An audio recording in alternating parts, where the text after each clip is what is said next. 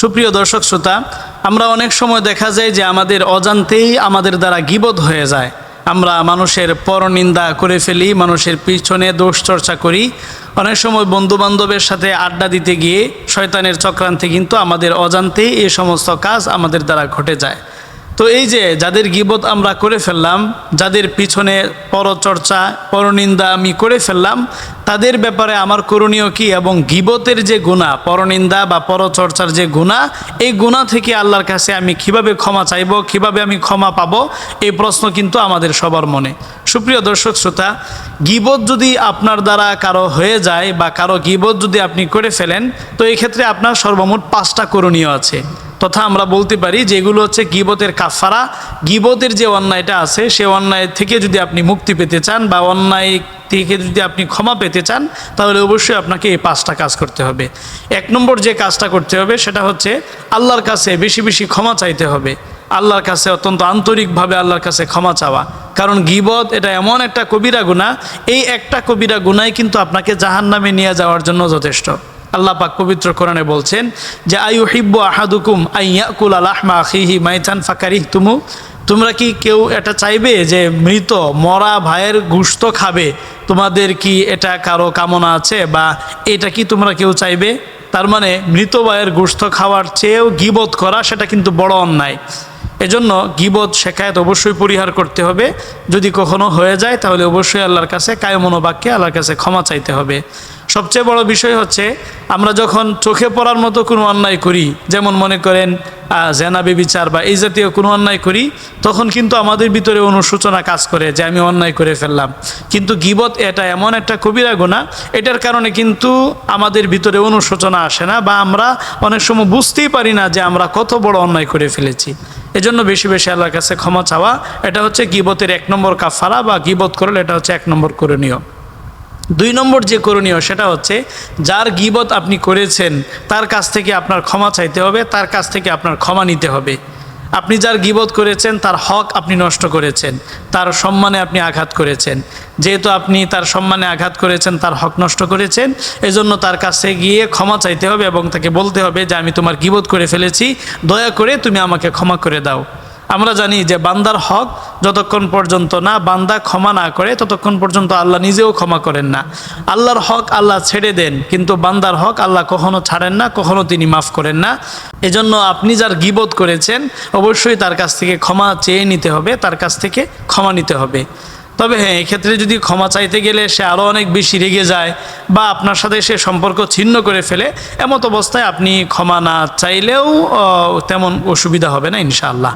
3 নম্বর যে কাজটা করবেন সেটা হচ্ছে যার গীবত আপনি করে ফেলেছেন তার জন্য আল্লাহর কাছে বেশি বেশি ক্ষমা চাইবেন। আল্লাহর কাছে বলবেন, আল্লাহ তুমি আমার এই ভাইয়ের গুনাহ খাতা ক্ষমা করে দাও। এই ভাইয়ের যদি কোনো জীবনে অন্যায় অপরাধ হয়ে থাকে, এবং হয়েছেও বটে, আল্লাহ তুমি তার গুনাহ খাতাগুলো ক্ষমা করে দাও। এভাবে আপনি যার জন্য যার গীবত আপনি করেছেন তার জন্য আপনি এই সিস্টেমে এভাবে আল্লাহর কাছে দোয়া করেন। আপনি যখন দোয়া করছেন তখন সে যেহেতু এখানে উপস্থিত নাই, আপনি অনুপস্থিত একজন মানুষের জন্য দোয়া করছেন। আর অনুপস্থিত ব্যক্তির জন্য যে দোয়া করে সে দোয়াটা কিন্তু আল্লাহ পাক ওই ব্যক্তির দোয়াটা ফিরিয়ে দেন না। আপনি অনুপস্থিত ব্যক্তির জন্য যে দোয়াটাই করবেন আল্লাহ পাক সেটাই কবুল করে নেবেন। শুধু এটাই নয়, আপনি যে অনুপস্থিত ব্যক্তির জন্য দোয়া করছেন আপনার সাথে ফেরেশতারা আমিন আমিন বলবে, এবং ফেরেশতারা বলবে ওয়ালাকা মিসলুহু, তুমি যেহেতু তার জন্য দোয়া করছো আল্লাহ পাক তাকেও ক্ষমা করে দেন, সেই সাথে আল্লাহ পাক তোমাকেও ক্ষমা করে দেন। সুবহানাল্লাহ বিহামদি। সহিহ মুসলিমে এই বিষয়ে হাদিস রয়েছে। তো এই জন্য 3য় যে কাজটা আমরা করব গীবত করে ফেলার পরে, সেটা হচ্ছে যার গীবত আমরা করে ফেলেছি তার জন্য আল্লাহর কাছে বেশি বেশি ক্ষমা চাইব।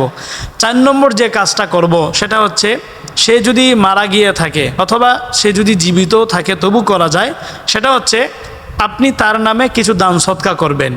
যেমন একজন দরিদ্র অসহায় মানুষকে আপনি 20-50 টাকা 100 টাকা বা কম বেশি দান সদকা করলেন। দান সদকা করে আপনি আল্লাহর কাছে এভাবে বললেন যে রব্বুল আলামিন, আমি যে অমুক ভাইয়ের গীবত করেছিলাম, তার প্রতি আমি অন্যায় আচরণ করেছিলাম, তার পরনিন্দা করেছিলাম, আপনি আমার এই দানের সবটা তার আমলনামায় আপনি পৌঁছিয়ে দিন। তার নামে আপনি এভাবে সব রেসানি করে দিবেন। সে যখন এই সবটা সে পাবে তখন আশা করা যায় সে আপনার ব্যাপারে আল্লাহর কাছে কোনো অভিযোগ করবে না, এবং আপনাকে অবশ্যই সে ক্ষমা করে দিবে।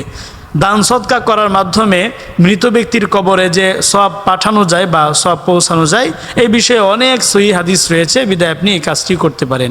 5 নম্বর যে কাজটা করবেন সেটা হচ্ছে, আপনি যেই মজলিসে বা যেই বৈঠকে বসে বসে আপনি কোনো মুসলমান ভাইয়ের নামে গীবত করছেন, ওই মজলিসে বসা থাকা অবস্থায় ওই মজলিস থেকে উঠার আগে একটা দোয়া আছে, মজলিসের দোয়া বা বৈঠকের দোয়া, ওই দোয়াটা আপনি পড়ে নেবেন।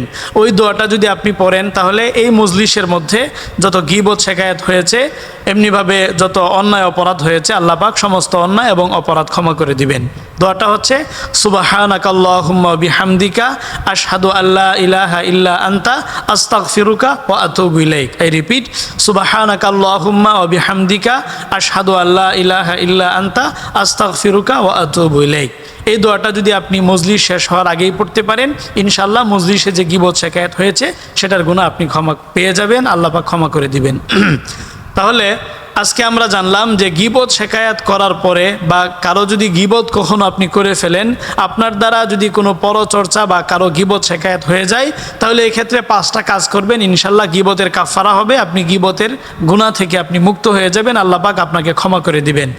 1 নম্বর কাজ হচ্ছে আল্লাহর কাছে বেশি বেশি ক্ষমা চাওয়া, কায়মনো বাক্যে চোখের পানি ফেলে আল্লাহর কাছে দোয়া করা, ক্ষমা চাওয়া। 2 নম্বর কাজ হচ্ছে যার কাজ গীবত আপনি করেছেন তার কাছ থেকে ক্ষমা নেওয়া। 3 নম্বর কাজ হচ্ছে তার জন্য বেশি বেশি আল্লাহর কাছে দোয়া করা, আল্লাহ যেন তার গুনাহ খাতা ক্ষমা করে। 4 নম্বর কাজ হচ্ছে যার গীবত আপনি করেছেন তার জন্য কিছু দান সদকা করা, বিশেষ করে সে যদি মারা গিয়ে থাকে তাহলে তার পক্ষ থেকে কিছু দান সদকা করে তার নামে সব পাঠিয়ে দেওয়া।